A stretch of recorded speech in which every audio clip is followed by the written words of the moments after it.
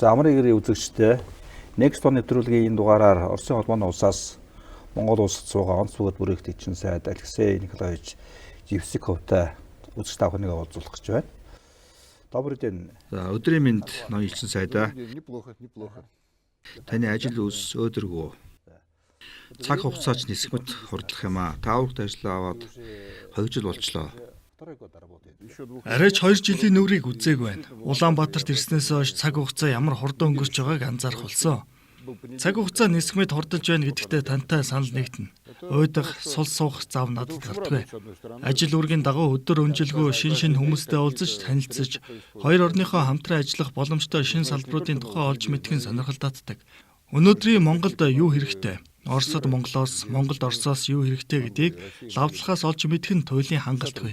Уулзалт бүр танин мэдхгүй шинэ мэдлэг олгодог. Тиймээс аль болох олон салбарын янз бүрийн төлөөлөгчтэй уулзаж, ярилцах хэрэгцээ их байдгийг мэдэрч байна. Сүүлийн 30 жилийн туршид бид капитализм байгуулж байна гэж улааран хөөцөлцөөр байгаад хүн хүнтэйгээ харилцах сайхан зуршлаа алдсан гээсэн мэт санагддаг. Танаад ч манаад ч аль нь ялгаагүй. Хүмүүс хоорондын энгийн харилцааны зуршил алдагдсан. Манай хоёр улсын хооронд энэхүү харилцаа алдагдсан учраас шин санаа төрөхгүй, гарч ирэхгүй байна. Тиймээс хамтын ажиллагаа хөгжүүлэх гэвэл бид илүү их харилцах, илүү их уулзах хэрэгтэй. Энэ бол миний бодол. Элчин сайдаар ажилласнаас хойш бас багагүй хугацаа өнгөрсөн байна шүү. Манай хоёр улсын хамтын ажиллагаанд ямар ахис дэвшив гарав? Ахис дэвшлийн тухай би өөрөө дүгнэх нь зохимжгүй болов. Хэн нэгэн хөндлөнгөөс дүгнвэл илүү бодтой гэж бодож болно. Бүгдийг хилдэг, шийддэг, эд шидтэн ч биш. Тиймээс ахиц гарсан талаар тодорхой зүйлийг хэлэхэд хэцүү. Нэг зүйлийг л хэлье. Бид бие биесээ дэндүү хөндөрөөд 30 жил болж байна. Гэхдээ ямар нэгэн дэвшил хэс гарч байгаа үстэй. Харилцааны сайхан хөрс бий. Маш бат бөх гэж зөвлөж болно. Орос Монголын ард түмэн 100 жил бөөрөндөө наалдаж чухамдаал хамтдаа л амьдарсан шүү дээ. 1939 оны халахын гол болон 1945 оны чөлөөлөх дайнд Япон, Германы эсрэг мөр зэрэгцэн тулдаж явсан. Монгол Оросын болон зөвлөлт Монголын харилцаа хамтын ажиллагааны давтагдчихгүй баялаг зузаан түүх бидэнд бий. Монгол улсын өнөөгийн хөгжилд Орос улсаас боловсрол, анагаах ухаан, эдийн засаг, эрчим хүч барилгаад олон салбарт үнэтэй хойноор оруулсан гэж би боддог. Яг үнэн. Мэргэжлэнүүд өөр хоорондоо ярьж эхэлбэл бид бараг бүх чиглэлээр харилцан ойлголцож хамтран ажиллаж чадна. Харамсалтай нь сүүлийн жилүүдэд энэ харилцаа унтарч. Тиймээс салбарын мэргэжлэнүүдийг өөр хоорондоо уулзах боломжийг бий болгосон гүрийг босгох нь бидний гол үүрэг гэж болно. Сибирийн хүч 2 гэдэг энэ төслийн тухай яриад олон жил амнлаа. Манай нутгаар дамжин Орос улсаас Хятад руу барих хийн хоолойн төсөл. Энэ төсөл ямар шатанд тавьж байна? Монголын газар нутгад дайраа өнгөрөх боломж хэр байгаа юу? Тэгээсэй гэж би үнэн сэтгэлээсээ найдаж байна. Мэдээж маш олон хүчин зүйлсээс хамаарна. Хийн хоолойг монголоор дамжуулан барих төслийн бэлтгэл ажлын тухайд Монголын болон Оросын талаас хамаарах бүх зүйлийг хийчихсэн. Хийн хоолой хагуур явах нь тодорхой болсон. Одоогийн байдлаар экологийн шинжилгээ хийж байгаа. Өөрөөр хэлбэл төлөвлөж байгаа газар нутгаар хийн хоолой барьчихвал Монголын байгаль орчинд ямар нэгэн хохирол учрах уу гэдгийг эцэслэн судлаж байгаа. Археологийн шинжилгээг хийж дууссан гэж надад хэлсэн. Төсөл хэрэгжүүлэх явцад археологийн шинэ олдцууд гарч ирэх нь лавтай. Тиймээс археологчид энэ төслийн явцад эхнээс нь дуустал хараа анилтаа тавих хэрэгтэй гэсэн байр суурийг би баримталдаг. Археологийн олдврыг гэмтээхгүй авч үлдэх нь хүн төрөлхтний түүх, шинжлэх ухаанд маш чухал үүрэг гүйцэтгэх ач холбогдолтой. Нин тэргуунд хийх ёстой ажил бий. Борлуулагч болон худалдаа авагч хоёр гэрээ хилцээр байгуулах ёстой. Өөрөөр хэлбэл Газпром компани болон Хятадын үндэсний газрын тус байгалийн хийн корпорац хоорондын яриа хэлцээ чухал. Тэд хоорондоо үнийн талаар хараахан тохироогүй гэсэн мэдээлэл байна. Гэхдээ бид Хятадын талыг шахаж шавдуулах хэрэггүй гэж бодно. Яагаад гэвэл Сибирийн хүч нэгээр жилд 30 тэрбум шаометр хийж шахаж байгаа. Харин Монголоор дамжин өнгөрөх ёстой Сибирийн хүч 2-оор жилд 50 тэрбум шаометр шахах тухай ярьж байгаа гэдгийг санах хэрэгтэй. Бараг 2 дахин их гэсэн үг үү? За тийм дээ, бараг л 2 дахин их гэсэн үг. Тиймээс бид Газпром болон Хятадын үндэсний газрын тос байгалийн хийн корпорац хоорондын хэлтцээрийн үр дүнг хүлээж байна. Талууд харилцан тохиролцож гэрээгээ байгуулж чадвал бүтээн байгуулалт урт хугацаа шаардахгүй. Зураглаж байгаа газар нутаг нь барилгын ажил явуулахад маш тохиромжтой тал нутаг. Ямар нэгэн ой тайга нуур намаггүй тааламжтай. Монголын төр засгаас 14 мега төсөл хэрэгжүүлнэ гэж зарласан байгаа.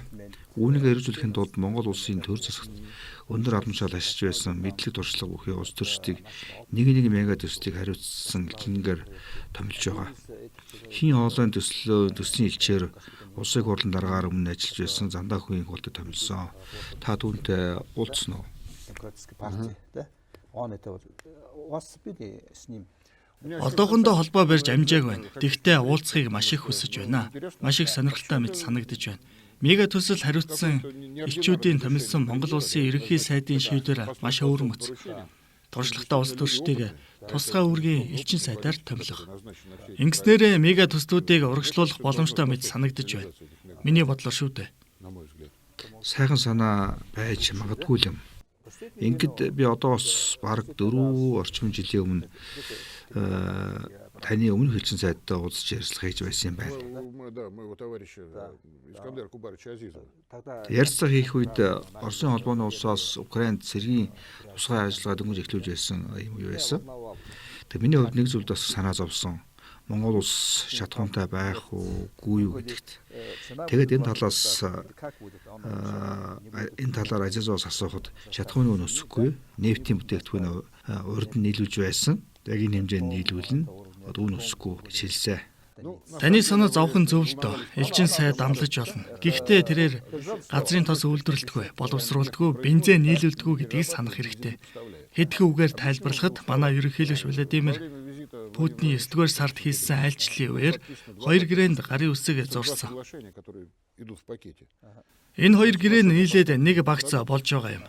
Нэгдүгээрт Монголд газрын тосны бүтээгдэхүүн нийлүүлэх. Хоёрдугаарт Чингис хаан эс онгоцны буудалд онгоцны түлш нийлүүлэх тухай. Жахам энэ гэрээнүүд чинь л Оросын албаны улсаас Монголд бүх төрлийн түлш нийлүүлэх тогтвортой орчныг бүрдүүлж байгаа юм. Учир нь хэрэв та санаж байгаа бол Монголын нийт хэрэглэж байгаа шатхууны 95 орчим хувийг Оросын албаны улсаас нийлүүлдэг. Өөр ийм хэмт нийлүүлэлтийн их усүр байхгүй. Роснефть нь бензин, керосин, дизель түлшний гол нийлүүлэгч бөгөөд эдгээр бүтээгдэхүүнийг Монголд хямд үнээр борлуулдаг. Энэ хямрал нь арилжааны нууц учраас би яг хэдийн хэмжээний гэж хэлж мэдэхгүй байна. Тэгвэл гол асуудал нь үүнд биш байна. Монголын талаас маш олон импортлогч байгаа ч хэн хэдийг оруулж ирж байна. Хэдийн хэмжээний нөөц агуулгад байна гэдгийг тогтмол мэдээлж явах нэгдсэн диспетчерийн төв өгүүлэгддэг. Нөгөө талаас Монгол улсад шатхууны агуулгах хүрэлцээ муутай байна. Тиймээс Монголд дандаа нэг тийм хиймэл хөөрөгдөл үүсгээд байгаа мэт санагддаг. Тийм болохоор хүмүүс сандралтах нь аргагүй. Гэтэл Оросын тал үнэ огт нэмээгүй. Бид гэрээнийхээ дагуу тогтвортой ажиллаж байна. Мэдээж зах зээлийн харилцаанд орсон болохоор гэрээгээ 10 жилийн хугацаатай байгуулах нь боломжтой шүү дээ. Жил болгон шинжилж байж таарна. Түүнээс гадна захиалгын систем гэж байдаг. Монголын импортлогч хэдийн хэмжээний бензин авмаар байгаагаа захиалдаг. Үүний дараа тэр хэмжээгээр нь үйлдвэрээс бензин ачдаг. Одоогийн байдлаар ихэнхдээ хувийн компаниуд худалдаа авч байна л да. Тэгвэл нэр төдий. Тухайлбал Монгол дахь салбараараа нэр халахсан Сингапурын нэгэн компани байна. Тийм таус Сингапурын ингээл бас Солонгосын компани. Тийм бас Солонгосын. Гэтэл нөгөө талаас Эрдэнэс Монгол гэдэг компани байна л да. Монголдо дизель түлш ихээр хэрэгэлдэг уул уурхайн томоохон компани. Яг энэ компани Роснефттэй шууд харилцаж гэрээ байгуулж болдгүй юм. Бүү мэд. Шууд гэрээ байгуулвал нийлүүлэлтийн тогтвортой байдлыг тодорхой хэмжээгээр хангах болно. Энэ компани өөрөө хичнээн хэмжээний дизель түлш хэрэгэлдэг. Хэдийн хэмжээний хэрэгтэй гэдгээ мэдэж байгаа тул Оросын тал хэдийн хэмжээний түлш үйлдвэрлэхэж мэдэх боломжтой. Шууд харилцана гэсэн үг үү? Тийм, зуушлогчгүйгээр. Энэ бүхэн нь үнэт шууд нөлөөлнө. Бид Эрдэнэс Монгол найз нартаа Оросын зарим компаниудыг шатхуун түгээх станцын зах зээлд оруулаач гэсэн санал тавьсаар байна. Тухайлх юм бол Алтан булгаас дархны зам дээр шатхуун түгээх 5 станцыг барихыг зөвшөөрөөч. Би Оросдо дотоодын авцамаар их явдаг. Манай шатхуун түгээх станцууд нь зөвхөн шатхуун түлш худалдаж авах газар биш. Энд зорчигчид амарч альжаалаа тайлж жолооч нь нүдний хороо гаргах цэг байх юм. боловсон цэвэрхэн дулаан орчин үеийн бие засах газартай, бүх төрлийн хоол хүндтэй. Дугуйгаач хийлж машинаач угаах нөхцөлтэй. Бүх төрлийн үйлчлэгээний цэг гэсэн үг. Монголд иймэрхүү газар маш хэрэгтэй гэж бодож байна. Ялангуяа Монголын төр засгаас аялал жуулчлалыг хөгжүүлэх чухал зорилтуудыг дэвшүүлсэнтэй холбоотойгоор. Хязгааргүй хээр тал нь хэний ч сэтгэлийг татах нь ойлгомжтой. Тэгэхдээ зарим тохиолдолд жуулчдад бас соёл иргэншлийн зарим зүйлс хэрэгтэй байдаг. Ялангуяа говь цөлөөр 300 км зам туулсны дараа өнгөрсөн зун би найзуудтайгаа говьор аялсан л та. Тэгэд тэнд шатхуун түгээх станц байтугай бүр юу ч байхгүй байсан. Одоохондоо Оросын компаниудыг энэ салбарт оруулахгүй байгаа. Аяанда эрт орой хизээ нэгэн цагт тэдгээрийг оруулна гэж бодож байна. За Орос Монголын одоо хооронд бол хамтарсан ер нь олон үйлдвэр байсан л да. За Эрдэнэт үйлдвэр өдгөө бол Монголын 500% шилжсэн хэдэн жилийн өмнө. За одоо бодохдоо Улаанбаатар төмөр зам л үлдчихтэй. Тийм ээ. Одоогийн байдлаар манай цорын ганц томоохон хамтарсан үйлдвэр болоод байна. За бидний одоо нэгтгэж байгаа ер нь юу вэ? Хоёр тал 50-50% хамтарч эзэмшдэг. Улаанбаатар төмөр зам бол тээвэрлэлтийн салбарын лидер. Хэдийгээр энэ байгууллага 75 жилийн өмнө байгуулагдсан ч өнөө хүртэл ачаа тээврийн үндсэн үргийг гүйцэтгэсээр байна. Бид сүүлийн 30 жил капитализмд амьдарч байгаа ч энэ байгууллага социалист системийн хэвээрээ байгаа нь хамгийн том асуудал. Энэ бол Монголын зах зээлийн эдийн засгийн 70 дахь социализмын багавтар харал юм. Учир нь олон жилийн турш энэ байгууллага хамгийн бага ашиг орлоготой ажилласан. Би буруу санаагүй бол өнгөрсөн жилд 11 сая $10 ашиг олсон. Энэ бол 16 мянган ажиллагчтай Монголын хамгийн том ажил олгогч шүү дээ. Бараг 1000 км хүртэл урт төмөр зам байна. Гэтэл ашиг нь 11 сая. Ийм байж болох уу? Болохгүй л дээ. Өөрөөр хэлбэл ямар ч ашиггүй ажиллаж байна. Улаанбаатар төмөр замыг шинжлэх төсөл боловсруулсан байгаа. Гэхдээ үүнийг Оросын компани хийсэн. 2030 он хүртэл энэ замын тээвэрлэх хүчин чадал одоогийн 33 саяас 50 сая 600 мянган тонн хүртэл өсөх ёстой. Энэ боломжийн өсөлт.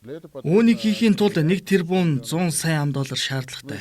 Хэрвээ жилд 11 сая $100 ашиг олдог гэвэл шаардлагатай хөрөнгийг бий болгоход хэчнээн жил хэрэгтэй вэ? 100 жил болохоор байгаа биз? Төмөр замыг шинжлэхэд шаардлагатай хөрөнгө оруулалтыг бий болгоход 100 жил хэрэгтэй гэсэн үг. Учир нь төмөр зам ачаа тээвэрлэлээр олсон орлого нь зорчигч тээврийнхээ алдагдлыг нөхдөг. Галт тэрэгний тийз үн хямдхан байна уу? Хараа. Тийм ээ. Бүх улс орон зорчигч тээвэртэй төрөөс санхүүжилт олгодог. Харин Монголд ийм санхүүжилт байхгүй. Хэдийгээр ачаа тээврийн тариф нэмэгдсэн ч нефт болон хөдөө аж ахуйн бүтээгдэхүүний тээвэрлэлд алдагдaltaй хэвээр байгаа нь байгууллагын эдийн засгийн чадварт нөлөөлж байна. Тиймээс хоёр талын зорилго бол энэ байгууллагын үр ашгийг хэрхэн нэмэгдүүлэхэд анхаарах хэрэгтэй. Монголын талаас Оросоос Хятад руу монголоор дайрсан төмөр замын шинэ транзит коридоруудаар барих санаанууд гарч байгаа. Гэхдээ үйл ажиллагаа явуулж байгаа байгууллага хамт олон тэдний олон жилийн асар их туршлага байгаа юм чинь энэ бүхнийг юуны өмнө ашиглах хэрэгтэй. Хос төмөр зам барих талаар яриа гардаг. Одоогийн төмөр зам өнөөдрийн ачаа тээврийн хэмжээнд ч гэсэн. Хятадаас Орос руу транзит тээвэрлэлт хийхэд сайн зохицож байна. Орос руу нэвтрэх ганц гарцсан нав шиг өртөө байна. Энэ төмөр замын хос зам шаардлагагүй гэсэн үг үү? Шинжилхэн зарим газарт 2 дахь зам барих шаардлагатай ч одоогоор төмөр замд цахилгаанжуулалт хэрэггүй. Учир нь цахилгаанжуулна гэвэл төмөр замыг цахилгаан эрчим хүчээр хангах дулааны нүүрсний шинэ цахилгаан станц барих шаардлагатай болно. Одоогоор ийм төлөвлөгөө алгаа. Тэгээд ч өртгийг нэмэгдүүлнэ. Монголын төлөвлөгөө бол хос төмөр замыг Наушки хүртэл барих. Энэ манай хил дээрх Соловьевск станцаас гадна цорын ганц төмөр замын бомбт.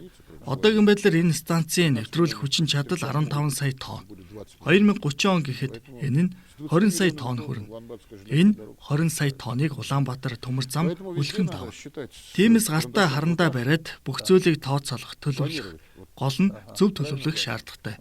Энэ бол бас чухал зорилт. Учир нь энэ байгууллага хоёр улсын хамтарсан учраас зардлыг нь хоёр тал гаргах ёстой. Энд хувьцаа эзэмшигчдийн сонирхлыг харгалзан үзэх шаардлагатай. Манай талаас Оросын төмөр зам байгуулга, нөгөө талаас Монгол улсын зам тээврийн яв. Монгольской республики. За та Монгол дээрээ бас бараг 2 жил шахан болж байна. Тэгэхээр бол бас та Улаанбаатарын одоо бас оршин суугчийн хэмжээнд хүрсэн гэж бодож байгаа. Тэгэхээр манайд замын төгжрөл томхон асуудал болоод байгаа. Бас ажилгүйд л за утаа гэдэг. Тэгээд өвлийн үйлдвэрлэлтүүд та нэг мэдэрч байгаа бах. Эдгээр асуудлуудын шалтгааныг та юунд нь харж байна? Энэ бол 1990-ад оноос эхлэлтэй алдаатай бодлоготой холбоотой хуучин асуудал. Та бид хоёр энэ тухай яриагаа эхэлж байсан. Би нийслэл хотын хамгийн сонирхолтой музейн нэг болох Улаанбаатар хотын музейд очиод тэнд 1980-ад оны олон гэрэл зураг, хотын хөгжлийн төлөвлөгөөг харсан. Улаанбаатар зүүн хойд Азийн хамгийн үзэсгэлэнтэй хамгийн зөв төлөвлөгдсөн хотуудын нэг байсан. Хөх хот Хайлар гэх мэт Хятадын хотуудтай харьцуулахын аргагүй санагдсан. Би яг тэр үед Хятадын эдгээр хотуудад очиж үзсэн учраас сайн мэдж байна. Эдийн засгийн хамтын нөхөрлөлийн байгууллага болон зөвлөлт холбоот улсын засгийн газраас үзүүлж байсан зээл тусламж зогссон. 1990-ад оны эхэнд Монгол улсын эдийн засаг хүнд байдалд орж өдөөнөөс хот руу чиглэсэн шилжилт хөдөлгөөн ямар ч хяналтгүй нэмэгдсэн.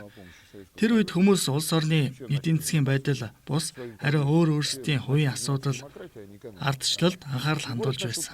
Тиймээс хотынх нь тийм хагас нь гэр, хагас нь хоточсон бүс болсон. Түүнээс хойш хот ямар ч төлөвлөгөөгүй болсныг анзаараарай. Сүүлийн үед төлөвлөлт хийж байгаа ч тэр нь биелэгдэхгүй юм, мөрдөгдөхгүй байна.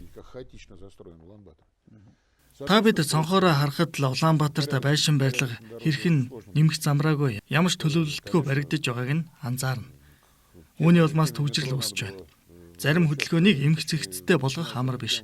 Метро барих тухай 20 жилийн өмнөөс ярих ёстой байсан баг. Социализмын үед энэ асуудлыг хөндөж байсан ч тухайн үед Улаанбаатарын хүн ам 600 мянга орчим байсан учраас метроны шаардлагагүй гэж үзэж байсан. Одоо бол 1.5 сая холд авчихсан. Тиймээс үүнийг бодолцож үзэх хэрэгтэй. Зам дээрээ багтахаа болж байна. Элчин сайдын яам хорших, инх тайвны өргөн чөлөө үргэлж төвжирдэг. Бүр оройн цагаар хүртэл. Тэгвэл юу хийх ёстой вэ? Замын хөдөлгөөний дүрмийг сахих хэрэгтэй. Москва төвжирэлтэй тэмцсэн адил торгуулийн хатуу тогтолцоо хэрэгтэй. Одоо тэнд төвжирэл бараг байхгүй. Гэхдээ нийслэлийн удирдлагууд автомашины салаа замуудыг барьж эхлүүлээд байна. Энэ оныг Улаанбаатар нийслэлийн жил гэж зарласан сайн хэрэг.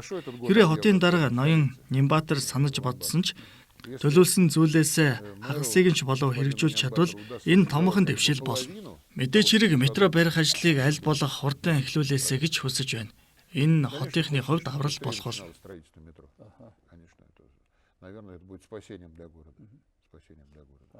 Мэдээж та бол манай төр засгийн мөстрийн олон хүмүүстэй уулзч байгаа. Хүмүүсийг эвгүй байдалд оруулахгүй тулд энэ тухай тусгайлан ярих, хүмүүсийн нэр цохох хэрэггүй гэж бодож байна. Гэхдээ би олон хүнтэй чухал ач холбогдолтой олон уулзалт хийж байсан. Бид ёслолын чанартай уулзалт хийх нь цөм. Энэ аливаа бодит асуудалтай холбоотой байдаг. Өнөөдөр жишээлх юм бол хадагтай одон туяатай уулзсан. Ой мод сэргээх, суулгац, мод үржүүлгийн чиглэлээр эрхүүгээс мэрэгчлэнүүд ирсэн. Монголын ерөнхийлөгчийн санаачилсан тэр бом мод хөтөлбөрт Оросын энэ чиглэлийн компанийг оролцуулах талаар яриа хэлэлцээр хийсэн. Бидэнд энэ чиглэлд хамтран ажиллах асар том боломж байна. Жишээ нь суулгац ургуулах орчин үеийн хүлэмж барихаас эхлээд Оросоос зарим өрсөлдөө суулгацыг нийлүүлэх гэх мэт. Гэхдээ энэ Монгол улсын хууль тогтоомжоор хориглогдсон байдаг бөгөөд ой модны тухай шинэ хууль гарвал энэ нь боломжтой болох магадлалтай. Ой мод сэргээх, ой аж ахуй, ой хамгаалах салбарт Монголын мэрэгчлэнүүдийг бэлтгэх зэргээр ер нь бүх салбарт чиглэл болгоноор ажлыг багаас нь эхлүүлэх, сонирхолтой санаачлалыг хэрэгжүүлж болно. Үүнийг жижиг алхмын тактик гэж болно. За одоогоос 3 жилийн өмнө Оросын холбооны улсаас Украинд энэ сэргийн тусгай ажиллагаа эхлүүлсэн. За яг тэр үеэс эхлээд бас ингээ анзаарч хаад бол Монголын ард түмэн бол одоо хоёр багц. Нэг нь Оросын, нөгөөт нь Украиний талд бол орж ирсэн. Хоёр талд хуваагдсан. Гэхдээ Монголын ард түмний дийлэнх нь бараг Украины талд ороогүйд би гайхдаг. Яагаад? Учир нь Монголын хэвлэл мэдээллийн хэрэгслүүд цэргийн тусгай ажиллагааны тухай бүх мэдээллийг барууны их сурвалжаас авдаг. Бодит эрүүл саруул мэдээлэлтэй төвийг сахисан Интерфакс, ТАСС, Russia Today-с мэдээ авдаг. Харин таны дуртай Deutsche Welle, BBC, CNN зэрэг сувгуудын мэдээг дамжуулдаг. Яагаад ийм өрөөсгөл нэг талыг баримталсан мэдээллийг дамжуулдаг юм бэ? Мэдээллийн тэнцвэртэй байдал гэж байх ёстой шүү дээ. Хэрэв мэдээлэл тэнцвэртэй байсан бол Монголын ард түмэн хоёр талд хуваагдахгүй, харин бидний талд илүү олон байх байсан. Бүх зүйл энэ мэдээллийн хэрэгслээс үүдэлтэй гэж та бодож байна уу? Мэдээж эерэг олон нийтийн мэдээллийн хэрэгслүүд хүмүүсийн тархийг угаадаг гэдгийг хүлээн зөвшөөрөхөөс аргагүй. Монголын иргэд ямар ч ухаантай байлаа гэд өдөр бүр тархийг нь угаасан мэдээлэл аваад байвал тэр хүн өөрчлөгдөн шүү дээ. Би янз бүрийн бас энэ мэдээллийн нэвтрүүлэг үзэх дуртай Орсын нэвтрүүлэгч үздэг. За мөн ингээд өрөндийн хэвлэл мэдээлэл, за би даасан арабын хэвлэлч үзчихэд. Тэг ингээд олон ингээд мэдээллийг сурж аваад үзэж хат бол Орос улс бол хятадаас улам бүр хараат болж байна гэж янз бүрийн одоо мэргэжлүүд хэлж байна. Та бол өөрөө хятад хэлтэй судлаач, хятад ажиллаж ирсэн хүн. Та энэ тухай юу гэж бодож байна? Бодит байдлын талаас нь хардаг. Жишээлх юм бол Монгол улсыг аваад үзье. Эдийн засаг болон экспортын 70% нь Хятадаас хамааралтай байна. За 80%. Байдал ийм л байна. Гагцхүү Евразийн эдийн засгийн холбоотой чөлөөт худалдааны гэрээ байгуулвал танай улсын зарим бүтээгдэхүүн, тухайлбал малын гаралтай бүтээгдэхүүнүүд манай зах зээлд хөнгөлөлттэй үнээр орж ирж ихэснээр энэ байдлыг жаах өөрчлөх боломж бүрдэнэ. Орос улсын хувьд ч мөн адил. Хэрэв би андуураагүй бол Хятадтай манай улсын гадаад худалдааны бараа эргэлт өнгөрсөн жилд $245 тэрбум төрсөн. Үүнээс $130 тэрбум нь Оросын экспорт, $115 тэрбум нь импорт. Тиймээс бидний худалдааны эрэлт тэнцвэртэй байна. Тэгэхээр хэн хинээсээ хамааралтай байна вэ? Хятад ч биднээс, бид ч Хятадаас хамааралтай. Манай хоёр орон стратегийн түнш нөхөрсөг харилцаатай. Тиймээс энэ асуудал намайг огтхонч хэрэгэлзүүлэхгүй байна. Би амьдралынхаа туршид хоёр талын харилцааг хөгжүүлэхийн төлөө ажилласан. Би маш их баяртай байгаа. 20 жилийн өмнө ийм хэмжээний худалдааны эрэлттэй болно гэж бодож байгаагүй. Бид 25 жилийн өмнө харилцан худалдааны хэмжээг $20 тэрбум хэрхэн хүргэх вэ гэж бодож байсан бол одоо $245 тэрбум хүрчээ. Түүнчлэн бидний хамтын ажиллагааны бүхий салбарт эмх зэгс цахилга баттай орших тодорхой бүтцүүд ажиллаж байна. Миний бодлоор Хятад судлаачдын хувьд Орос-Монголын харилцааны яг ийм туршлагыг хэрэгжүүлэх хэрэгтэй.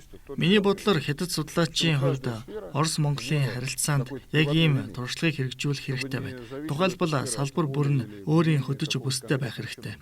Салбар бүр ямар нэгэн албан тушаалтны хүсэл, үзэл бодлоос хараат бус байх ёстой. Бидний харилцааны чиг хандлагыг удирдлага тодорхойлдог. Юун түрүүнд хоёр улсын ерөнхийлөгчид Улаанбаатарт өнгөрсөн оны 9-р сард Путин юу гэж ярьсан, хүрэлцэх юу ярьсныг санаарай. Минийхээр энийг л төрийн бүх албан хаагч дагах ёстой. Одоо хятадын эдийн засаг маш хурдтай хөгжиж байна.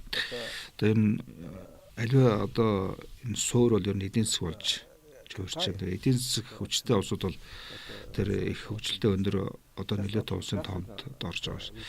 Тэгэхээр өнөөдөр бол энэ олон улсын харилцаанд бол маш эрчимтэй өөрчлөлтүүд бол ингээд гарч мэдрэгдэж байна.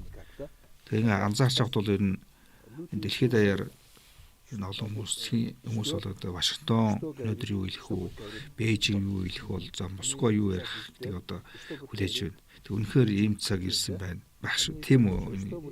Элчин сайдаа. Тийм ээ. Одоо бол олон туйлтай ертөнцийн ирүү ихэлсэн. Зөвхөн Америкчууд төдийгүй бас Хятадууд, энэтхэгчүүд, Оросууд ч дуугардаг, үгээ хэлдэг болоод байна. Хуучны шин төвүүд бий болж байна.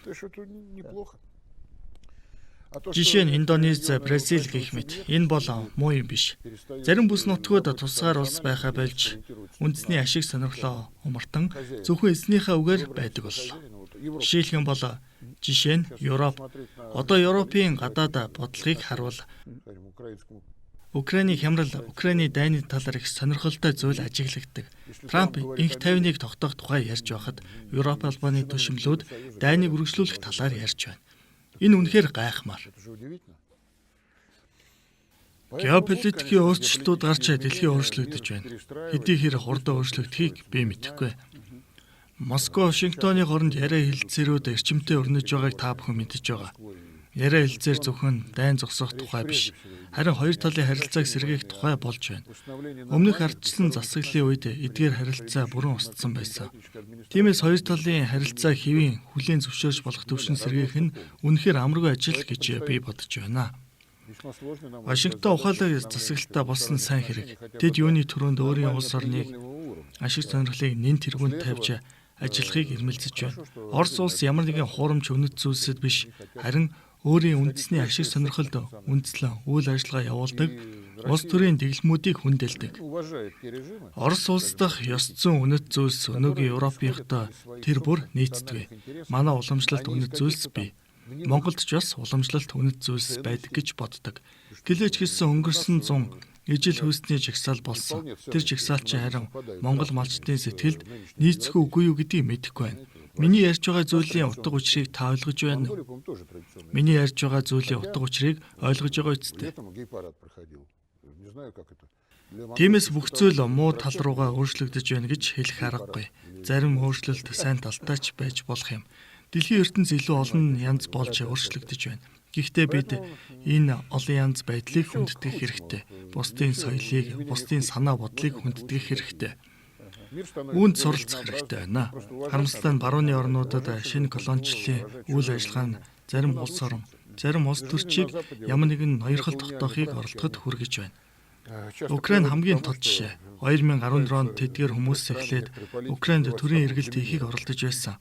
Үүнийг нь хүлээн зөвшөөрөөгүй хүн амын нэг хэсэг буюу Крим, Донбассын ард иргэд эсрүүцэл илэрхийлэхэд тэд дайн эхэлсэн. Эдгээр асуудлыг яаж шийгээд шийдэх боломж байсан л да. Тухайлх юм бол Стамбулын хэлцээр байгуулсан 2022 онд.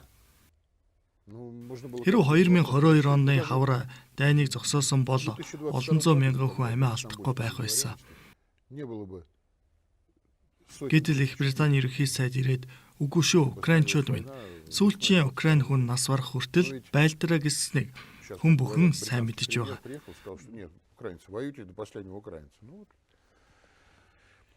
Өдгөө харамсалтай нь хинч инх тайвны төлөө үг хэлэхгүй байна. Америкчуудаас гадна сонирн байгаа биз? Үд мэдээллийн хэрэгслүүдээс хараад байхад энэ олон жилийн турш Европ тэр чигээр Украинийн талд байсан. Одоо ч гэсэн энэ байр суурин дээр Европт зогсож байна. Үнэндээ бол бид Украины аримтай тулдаагүй шүү дээ. Тийм.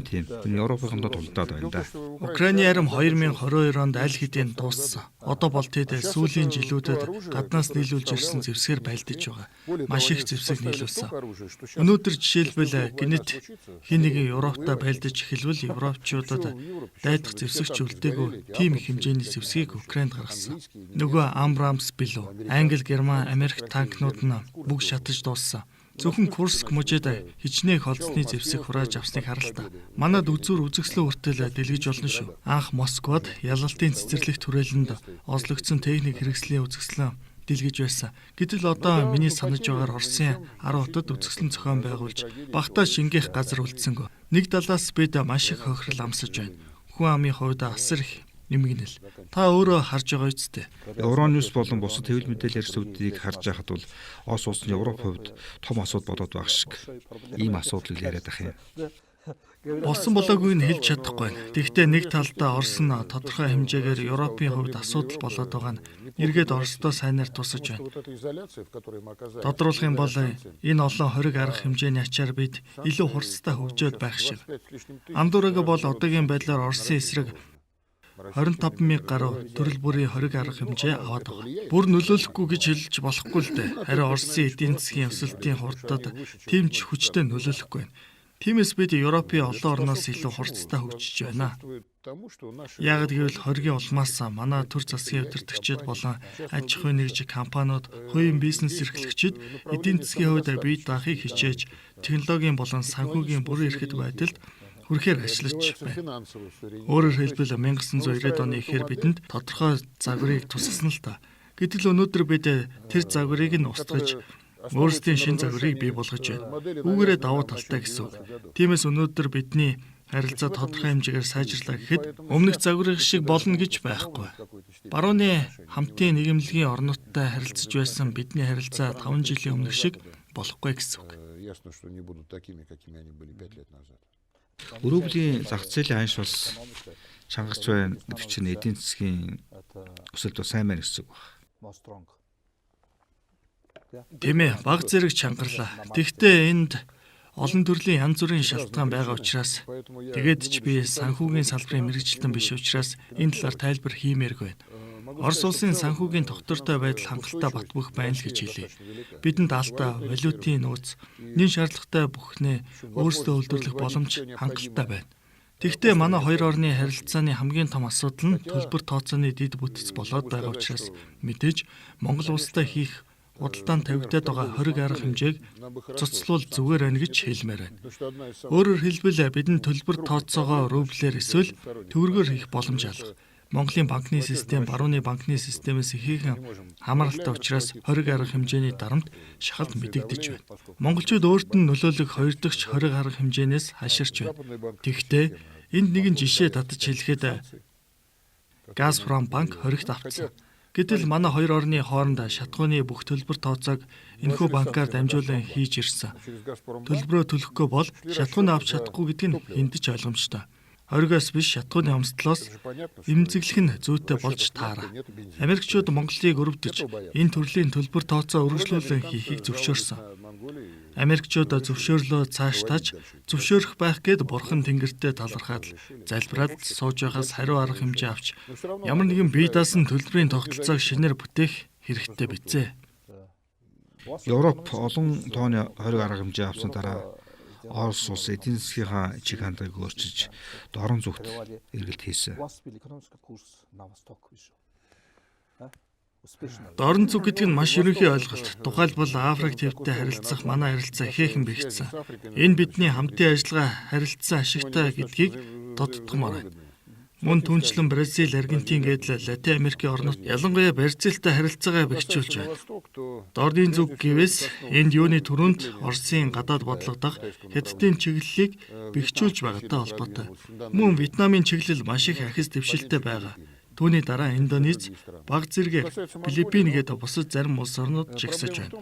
Монголын чиглэлийн төвгөн гэвэл Монголын уламжлалт экспортын бараа гэвэл юуны түрүүнд нүүрс, цэсний баяжмал, төмрийн хөдрийг нэрлэнэ. Гэтэл бид өөрсдөө энэ бүтээгдэхүүнийг экспортлдог. Социализмын үед Монгол улс зөвлөлт холбоот улсад эдгээр барааг тодорхой хэмжээнд нийлүүлдэг байсан. Монголд өөр зах зээл байхгүй байгаа юм чинь. Харин өдгөө хамгийн том Хятадын зах зээлд гарах гарцтай болоод байна. Мэдээж энэ зах зээлийг ашиглах хэрэгтэй. Хятад худалдаа аваад байвал зараад л авах хэрэгтэй. Үүний тулд тааламжтай бүх нөхцөлийг бүрдүүлэх хэрэгтэй.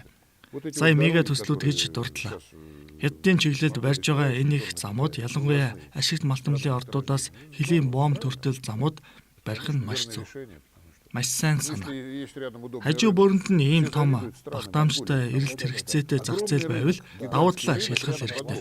Монголын газар зүүн давуу талд дэлхийн бүх улс орнууд хатаархаж байна. Энэ бол богино хугацаанд Монгол улсын төсвийг бодит мөнгөөр хангах ховорхон боломж. Цорын ганц саад тодгор нь зах зээлийн тогтворгүй байдал. Зэсийн болон зэсийн баяжмлын үн харьцангуй тогтвортой байгаа бол нүүрсний үн их савлгаатай. Өнөөдөр хурдтай унаж байна. Монголоос гадна Австрали болон Орос хоёр улс Хятад руу нүүрс ихээр нийлүүлж байна. Бид гурав өөр зорилготой зах зээлтэй шүү дээ. Тухайлбал Австрали зүүн болон өмнөд Хятадын зах зээлд нийлүүлдэг бол Монголын нүүрс зөвхөн өөр Монголын зах зээлийг хангадаг. Яг гэвэл далайн эргээс өөр Монгол руу нүүрс зөөх нь маш хэцүү өндөр өртөгтэй. Тиймээс хятадуудад танай нүүрс хөдөр зэсийн баяжмал зэрэг хэрэгцээтэй. Яг ирж байгаа энэ боломжийг бол ашиглаж яг энэ үзүүрээс нэг сайн атгаж татах хэрэгтэй юм болов. Мэдээж заавал ашиглах хэрэгтэй. Харин монголчуудын айдас нь хачирхалтай. Одоо бол айгаад байх юм байхгүй шүү дээ. Эдийн засгийн хувьд монголчууд аль хэдийнэ хятадуудын гарт орсон учраас айх зүйл байхгүй болсон. Өөр зах зээл байхгүй. Тэгээд одоо яах болж байна? Ашигт малтамлаа нөгөө нүүрс хүдэр зэсийн баяжмлаа олборлохгүй байх юм уу? Нөгөө талаас бие даасан байдлаа хамгаалж эдийн засгаа төрөлжүүлэх гэвэл эцсийн бүтээгдэхүүн буюу катодын зэс үйлдвэрлэх хэрэгтэй. Магад зэс хулдмай биш, илүү боловсронгуй бүтээгдэхүүн үйлдвэрлэх хэрэгтэй болох байх. Тухайлбал зэс цаас эсвэл зэс утас гэд. Ганц хятад гэлтгүй альж улсад нийлүүлж болох боломжтой бүтээгдэхүүн. Өөр боломжч вэ?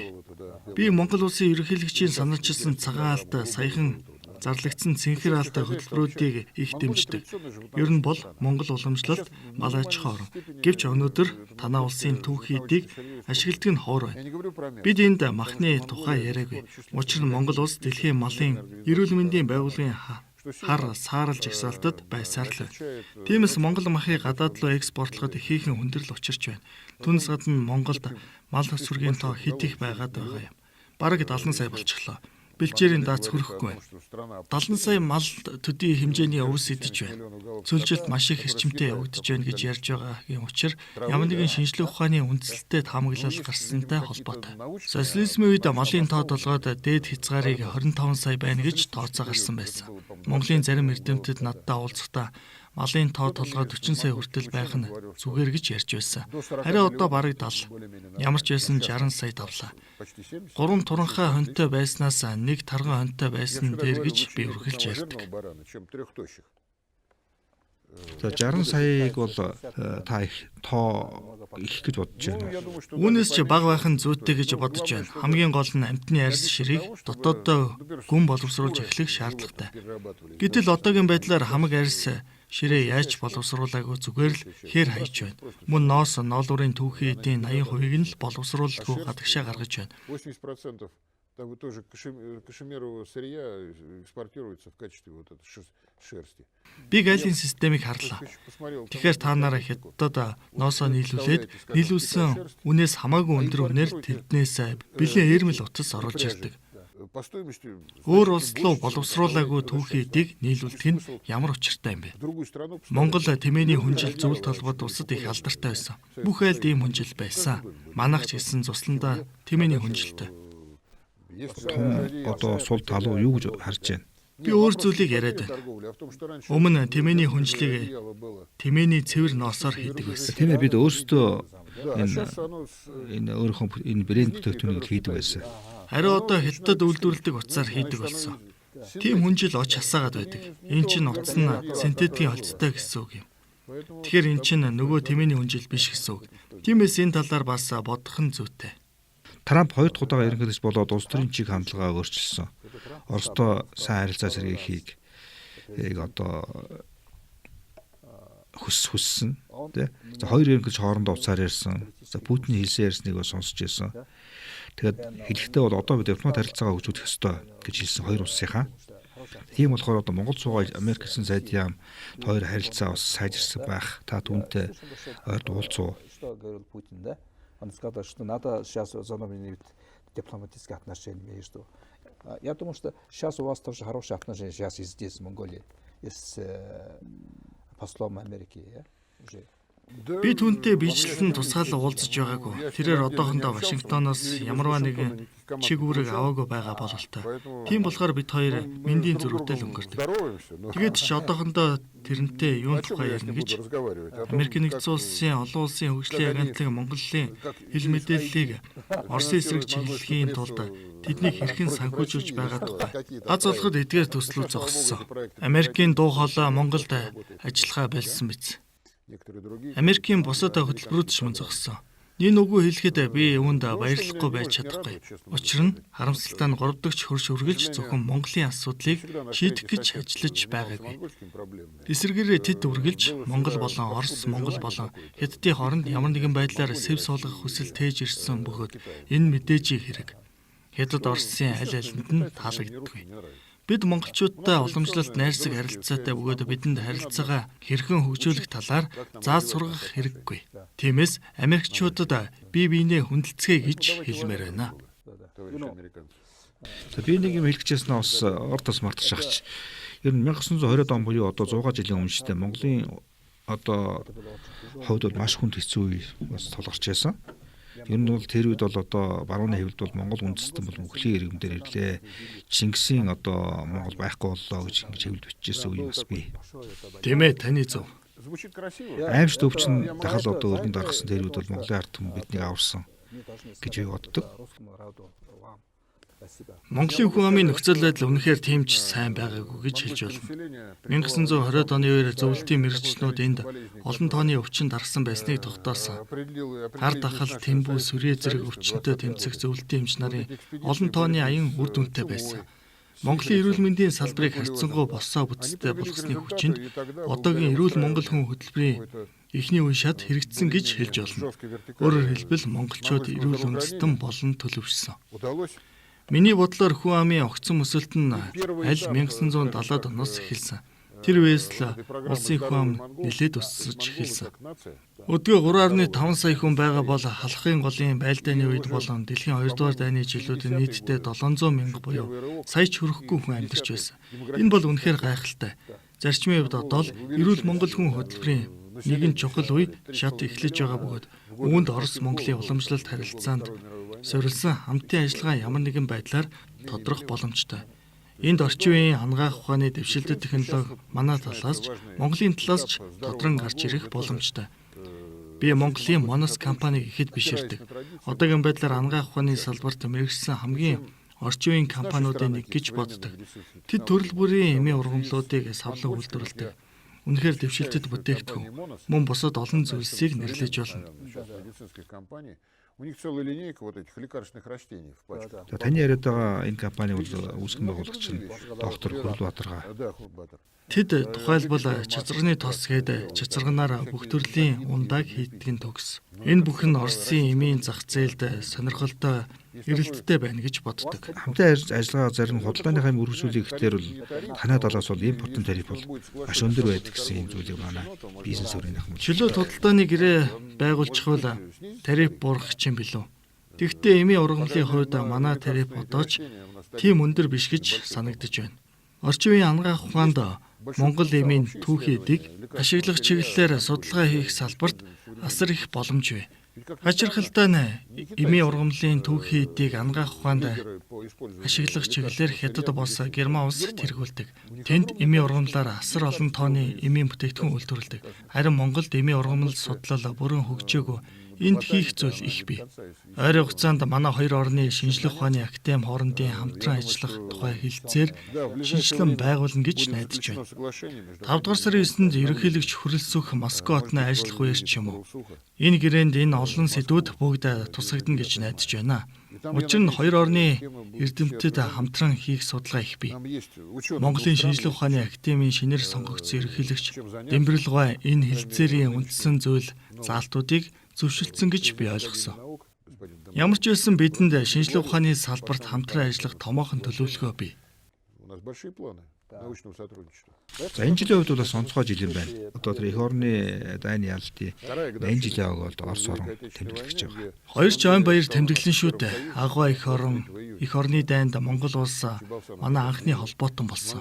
Чаа болсон 6 дугаар сарын 23-нд энэ тухай мэдэгдсэн байсан ба Монгол улс бидэнд асар их хэмжээний материаллык тусламж үзүүлсэн. Зөвхөн алт гэвэл бүхэл бүтэн танкын цуваа.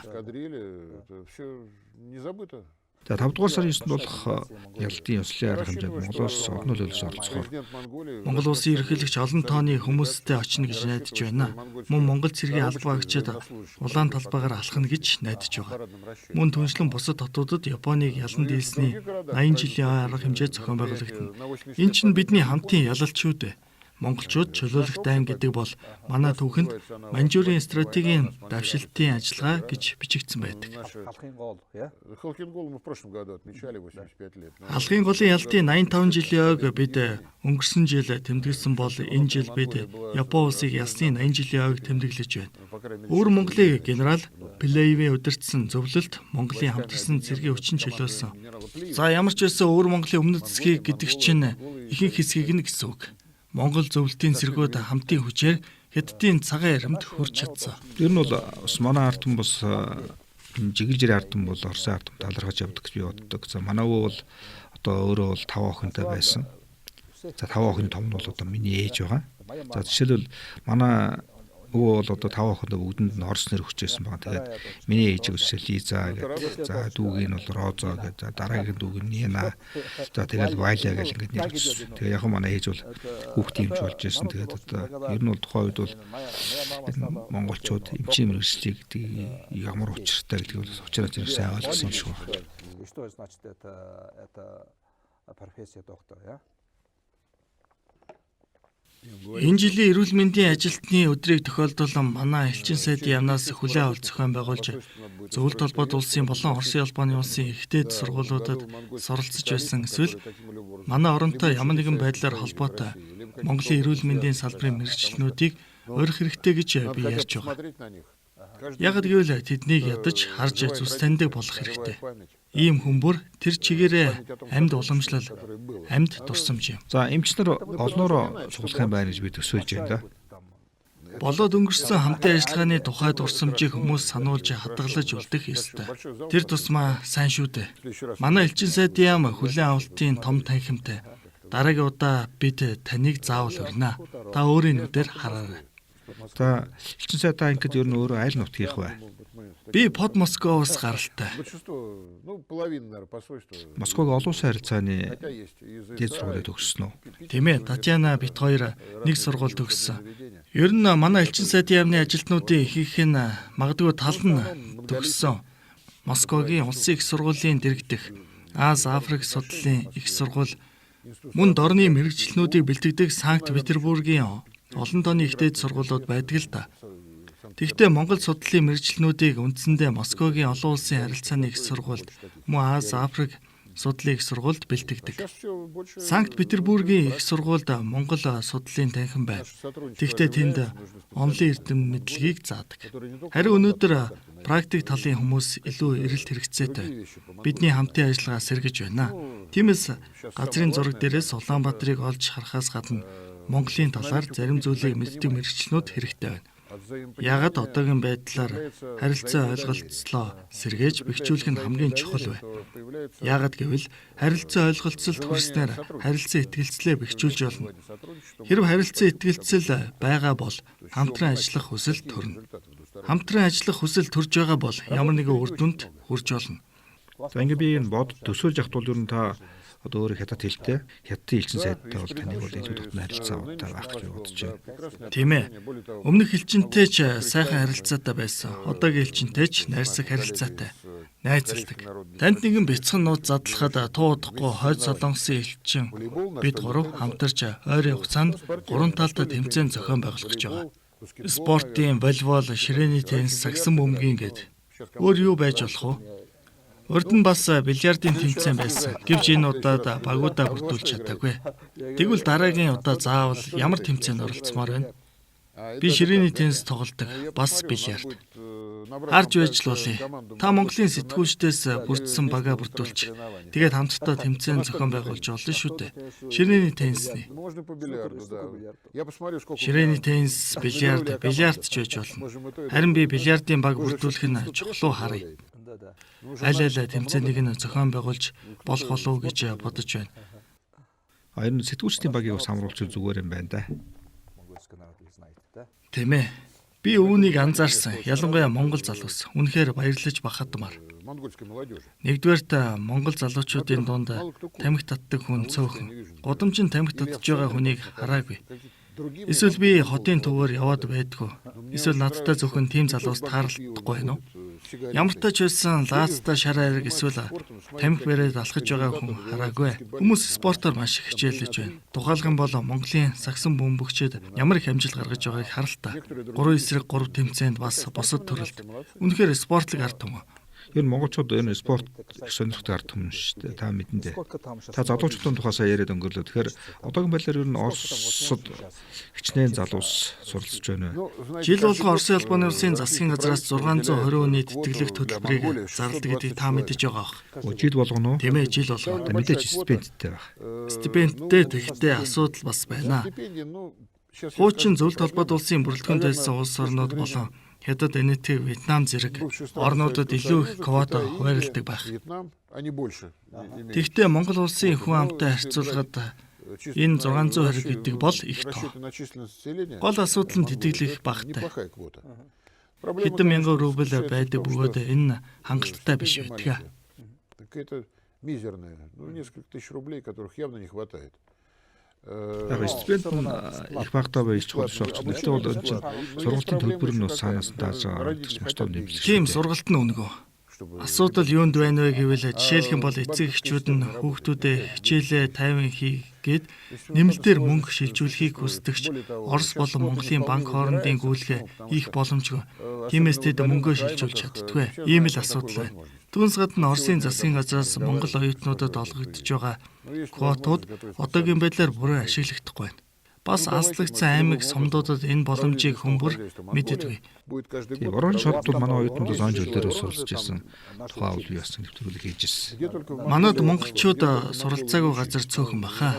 Аж ахуйн их сургуулиуд Москвагийн ойролцоо мөн Воронеж болон Архангельск хотуудад байдаг. Мэргэжилтэн бэлтгэх газрыг хаанаас ч олж олно. Харин Монголын том компани бүр тухайлбал миний дээр дурдсан Эрдэнэс Монгол ч юм уу эсвэл хуучнаар Монгол Рос Цемент буюу Эрдэнэс Critical Minerals компани жил бүр оюутан илгээж геологч уулуурхайн мэргэжилтэн бэлтгэж болно шүү дээ. Гол нь эдгээр компаниуд илгээсэн залуусаа хариуцж байвал сайн. Тэдэнд бага хэмжээний тэтгэлэг олгож болно шүү дээ. Манай талаас ч ийм санаачлаг гаргаж байгаа. Тухайлбал манай EN Plus компани цахилгаанчин эрчим хүчний мэргэжилтнүүдийг бэлтгэхэд бэлэн байгаа. Тэдний ихэнх нь эрхүүд суралцсан. Тэд жил болгон 20 хүн авах боломжтой гэсэн. Тэгвэл энэ жил ердөө 6 оюутан хэлсэн. Яагад гэвэл мэдээлэл хангалттай түгээгдэг байсан. Хүмүүс тэтгэлэгт хамрагдах боломжийн талаар мэдээллийг олж авч чадаагүй.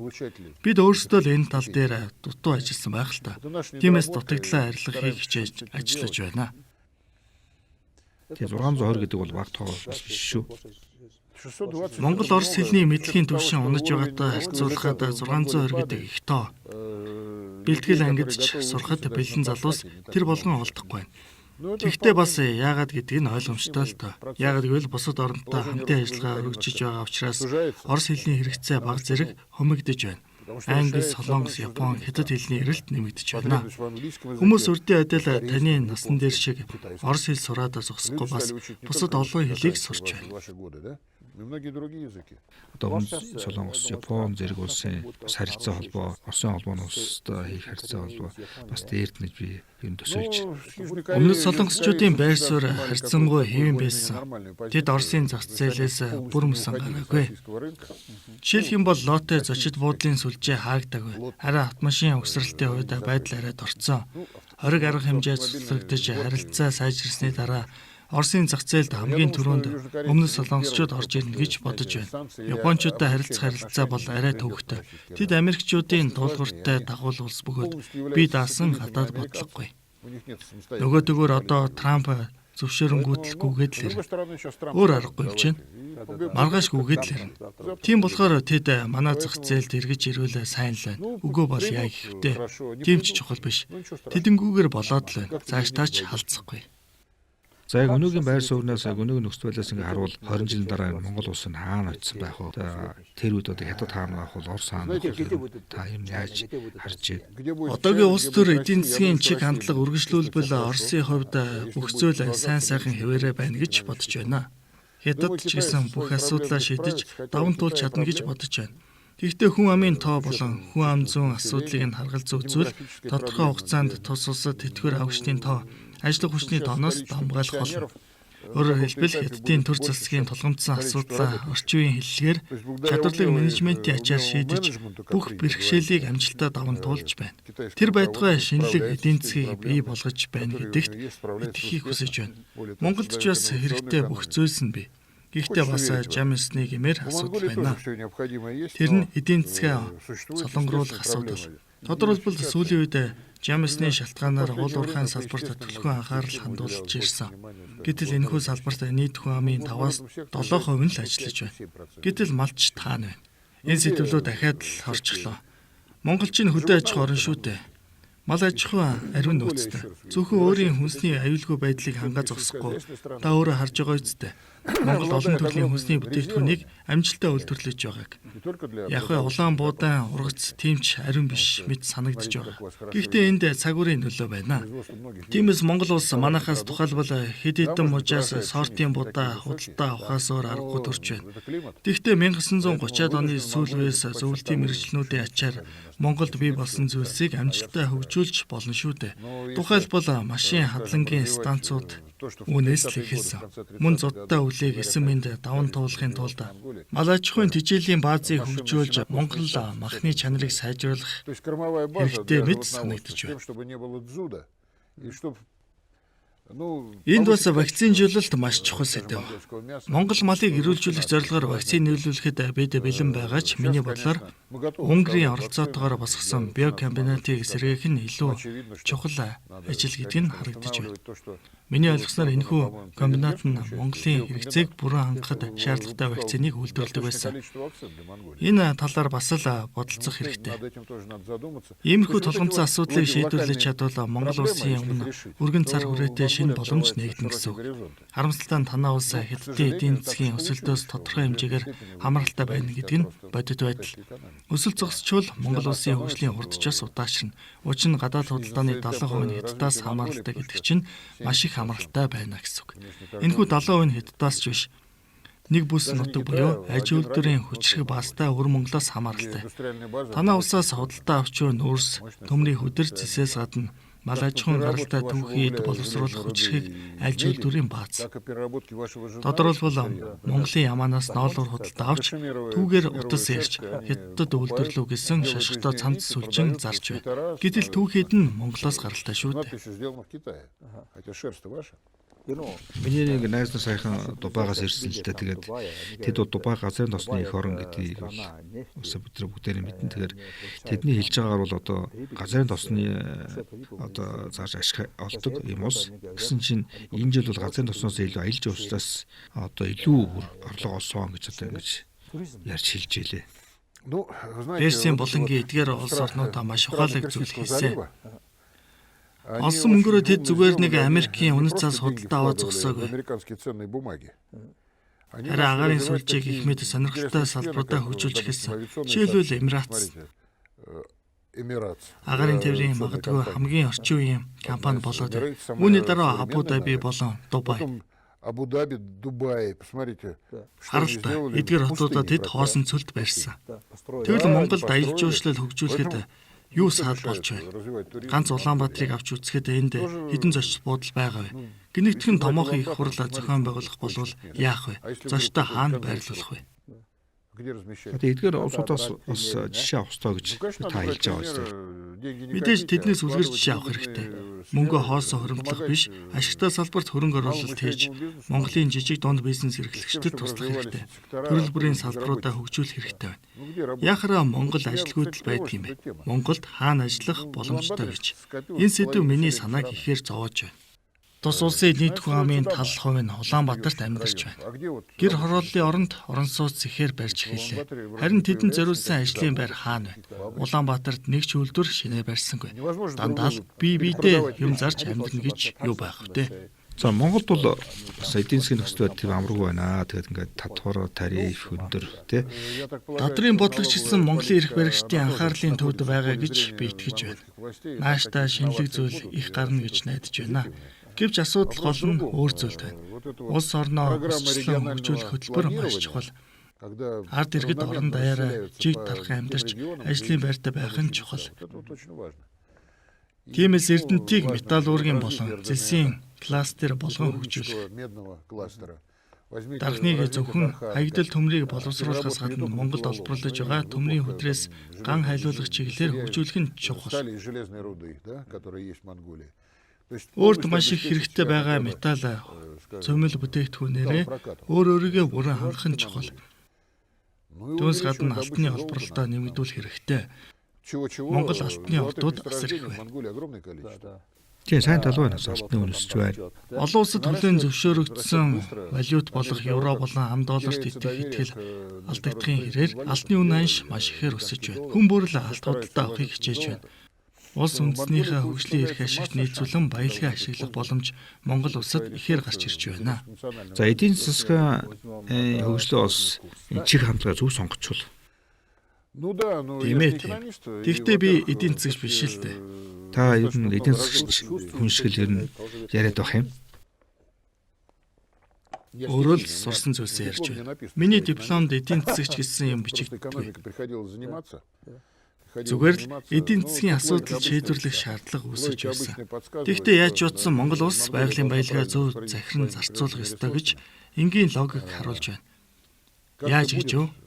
Харж илвэ. Та бүхэн оюутлогоо төслийг хэрэгжүүлснээр Rio Tinto компанитай хамтран ажиллаж тодорхой хэмжээний туршлага хоримтлуулсан. Одоо Францын Orano компанитай хамтран ажиллах гэж байна. Энэ бол маш сайн зүйл.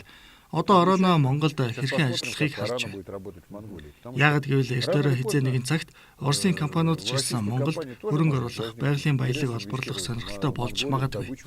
Гэхдээ үннийг хэлэхэд хэрэв та Оросын байгалийн баялагын газрын зургийг харвал миний бодлоор бидэнд бүх юм байна. Гэхдээ энэ бүхнийг хэрхэн олборлох вэ? Худалдаа авагчдад яаж хүргэх вэ? Хэнд нь зарах вэ гэд олон асуудал байна. Монголчуудын хувьд энэ ямар ч асуудалгүй. Хятад улс та нарт биднээс илүү ойр байдаг. Оросын хувьд ч хятад ойр байгаа нь том давуу тал. Та харал та. Практически. Ну, Манай нийлүүлэлтийн нэлээдгүй хэсэг нь хятад руу урсаж байна. Бид хятадд шатгуунаач газрын тосооч зардаг. Бид бараагаа хаашаа зөвлөх шаардлагагүй. Газрын тосны хоолой бариад л боллоо. Бүх талдаа ашигтай. Орлогын тодорхой их усүрэттэй болж байна. За Алексей Николаевич манай нэвтрүүлгийн цагийн дуусахад өгч байна. Ингээд ер нь та ер нь мэдээч хэрэг Монголын улс төрийн болон бус салбарын олон хүмүүстэй уулзж байсан гэж байна. Тэгээ та хэрвээ ингээд өдийн хоолнд энэ хэнийг нэг өрөх бол та энэ хэнийг өрнө гэж бодож байна. а с кем я Хүссэн хотел, бүхэнтэйгээ я үдийн хоол идэх. Энэ тухай дэлгэрэнгүй ярмааргүй. Кого я хотели пригласить? Хувь хүний минь мэдээлэлтэй холбоотой учраас. Учир нь танай хэвлэл мэдээлэл бүх зүйлд маш эмзэг ханддаг. Ямар нэгэн нэр дурдмагс танай хэвлэл мэдээллийнхэн тэр хүнийг Оростой холбоотой эсвэл өөр ямар нэгэн сразу начинают хэн нэгэнтэй долбить, холбоотой или гэж вот шууд давай шөмжилж засечь эхэлдэг. Россию, там, еще какие-то другие связи. Тийм учраас ийм зүйлийн талаар дэлгэрэнгүй ярихгүй байсан дээрээ. Гэхдээ 7 хоног бүр сар бүр би олон сонирхолтой хүмүүстэй танилцсаж ярилцаж байгаадаа баяртай Меня радует байдаг. то, что с каждым Ингэхдээ неделей, төрөл с бүрийн каждым салбарын месяцем төлөөлөгчтэй уулздаг. всё Эдийн больше и засаг, больше ангаах ухааны интересующих салбарын хүмүүс, зураачид, Чтобы уран самых баримлчид, различных. цохилуулагчид тэгээд Это могут маш быть олон люди сонирхолтой языками авьяастай не хүмүүстэй медицины. уулздаг. Масса талантливых людей, художников, скульпторов. Зохиолчтой энэ уулзж байна уу? Ну, с писателями Монголын пока зохиолчтой. Зохиолчтой нэг их уулзаж байгаагүй. Учир нь би монголоор уншдаггүй. это очень сложно. А у нас Учир нь би монголоор уншиж чаддаггүй. Харин Оросын орчин үеийн уран зохиолын бүтээлүүд монгол хэлнээ маш бага хөрвүүлэгдэж, тэр байтугай монгол хэлнээс орос руу маш бага орчуулагдж байгааг хүлээн зөвшөөрөхөөс аргагүй. Энэ бол маш том асуудал бөгөөд үүнийг мэдэж шийдвэрлэх шаардлагатай байна. Бид энэ асуудлыг зүгээр нэг барихгүй. Уран бүтээлчид хоорондын холбоо маш чухал. Учир нь ийм төрлийн хүмүүс маш сонирхолтой байдаг бөгөөд залуу насндаа танилцвал нөхөрлөл олон жил үргэлжиж болно. Ийм нөхөрлөлийг хөгжүүлэх боломжууд одоо гарч ирж байна. Жишээлбэл нам хоорондын шугамар, танай ардын намын дэргэдэх нийгмийн ардчлал, Монголын залуучуудын холбоо, манай нэгдсэн Орос намын дэргэдэх залуу гвардтай хамтран ажиллах тухай хэлцээр байгуулсан байсан. Мөн энэ хоёр талын харилцан солилцооны төслүүд бий.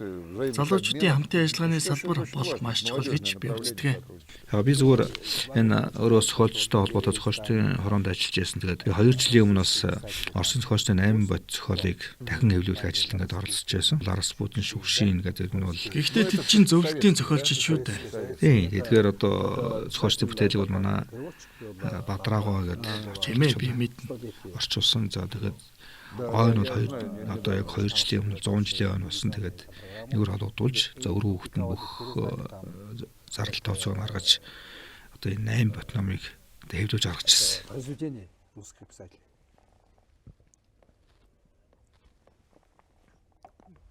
Энэ ажлыг үнэхээр үргэлжлүүлэх шаардлагатай. Ер нь социализм үед маш олон номын орчуулга хийгдэж байсан бөгөөд өдгөө номын сангуудад олон ном болцсон. Монгол хэлээр уран зохиолын олон бүтээл гарч байгаад би баяртай байна. Би заримдаа номын дэлгүүрүүдээр ордог. Учир нь би Оросд байнга номын дэлгүүр орох зуршилтай байсан. Номын дэлгүүрүүдэд тийм ч олон хүн байдгүй. Хинч ном авахаар очир дараал зогсдгүй ч гэсэн Улсын хурлын даргалсан Зандан шатрын санаачлагаар Сүхбаатарын талбай 5 дугаар сард болон намар уламжлал болгон зохион байгуулагддаг номын баярт олон хэвлэлийн газрууд оролцдгийг анзаарсан. Та тэгвэл бас ном баярт оролцож ижээд. Тийм ээ, очиж байсан. Надад их сонирхолтой байсан. Монголд хэвлэлийн бизнес хэр зэрэг ашиг орлого авчирдгийн бол хэн худалдаж авах, хэн нэг нь хэвлэн гаргах ёстой. Ном хэвлэж байгаа нь энэ бизнес ямар нэгэн хөнгөлөлттэй дотрийн тогтолцоо үйлчилж байгаа гэж санагддаг. Тийм Монгол бас энэ зохиолч ном бол сайн зарагддаг гэж би ойлгодог. Тийм ээ, зарагдаж байна. Үнэхээр сайхан. Өөрөөр хэлбэл тэд зөвхөн интернетэд Facebook ширтэж суудгүй илүү утга учиртай агуулгатай ном зохиол уншдаг гэсэн. Сүүлүүд бол ингээд Оросын ард түмний бас соёл бас баггүй нөлөөсөн гэж боддог. За яах вэ? Оросуудаас сурсан уу үгүй юу гэдгийг мэдэхгүй юм. Гэхдээ энэ бол монголчуудын амьдрал ахуйд тогтсон сайхан уламжлал. За манай ард түмэнд хандаж ийн үзэгчд хандаж ийн юу хэлмээр байна?